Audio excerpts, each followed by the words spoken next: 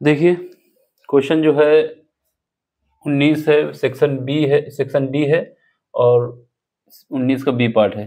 Board कौन सा है? राजस्थान बोर्ड है। 2024 में फिजिक्स में जो क्वेश्चन पूछा गया था उसका है। इसमें क्या है, आपको करंट दी जा रही है और वोल्टेज दिया जा रहा है, इनमें एक रिलेशन बताई गई है, ठीक है। तो इसके बाद आपसे पूछ रहा है कि जो इस सर्किट में पावर होगी वो कितने वाट की होगी, ये बताना है हमें। सिंपल सा क्वेश्चन है, ज़्यादा कुछ करना नहीं है। सॉल्यूशन लिख लेते हैं। सबसे पहले जो दिया गया है उसको लिख लो। क्या दिया गया है?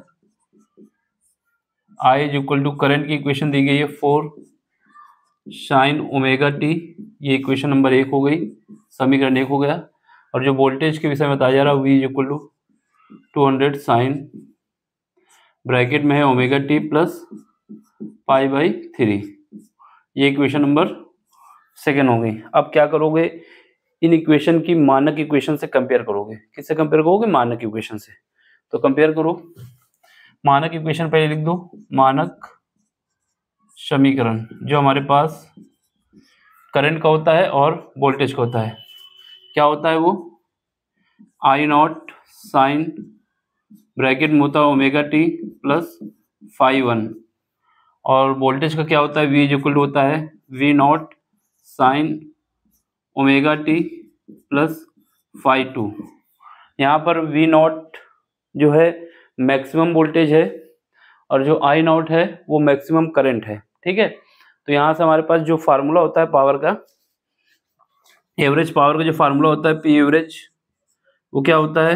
1/2 I0 और V0 होता है, ठीक है। और इसके बाद cos फाई जो होता है वो फेज डिफरेंस होता है, उसी को हमें निकालना होगा इन दोनों इक्वेशन से। तो जब इसकी कंपेयर करोगे, इक्वेशन नंबर ये हमारी 3 हो जाएगी, ये 4 हो जाएगी समीकरण। इससे कंपेयर करोगे तो हमारे पास I0 की वैल्यू 4 आ जाएगी, V0 की वैल्यू 200 आ जाएगी। अब बात आएगी फाई कितना आएगा। तो फाई जो होता है φ1 माइनस φ2 होता है, कुल मिला के आपको मॉड के रूप में निकालना है फेज डिफरेंस। φ2 माइनस φ1 करें या φ1 माइनस φ2 करें, मॉड के रूप में लिखना है। ये इक्वेशन नंबर हमारी कौन सी हो गई? इक्वेशन हो गई 3, रोमन में लिख देते हैं। ये इक्वेशन 3rd हो गई है, ये इक्वेशन 4th हो गई है, ठीक है। समीकरण ये इक्वेशन हमारी 5 है, जो फार्मूला भी है जो हमें यूज करना है। सबसे पहले तुलना करते हैं। तुलना करने पर, तुलना करने से क्या आएगा हमारे पास? जो I0 आएगा वो कितना आएगा? वो 4 आ जाएगा एम्पियर, और इसके बाद जो V0 आएगा वो 200 वोल्ट आ जाएगा। अब बात आई फाई, तो फाई क्या आएगा? फाई जो होगा मॉड में होगा φ2 माइनस φ1 कहें या φ1 माइनस φ2 कहें, जो भी कर सकते हैं। मॉड का मतलब है जो भी निकलेगा उसको पॉजिटिव लेना है। यहाँ पर देखो, यहाँ पर क्या है? φ2 कितना है? π/3 है, π/3 है माइनस, और ये क्या है? φ1, यहाँ पर फाई की कोई वैल्यू है नहीं तो 0 है, ये हमारा आ जाएगा π/3, ठीक है। अब हमें पावर निकालना है, P एवरेज। तो P एवरेज जो हो जाएगी वो क्या हो जाएगी? वो हमारे पास हो जाएगा 1/2, रिंग लाइट तो नहीं है, नहीं है, 1/2। अब यहाँ पे क्या है? I0 की वैल्यू हमने निकाली 4, कितने निकाली है? 4।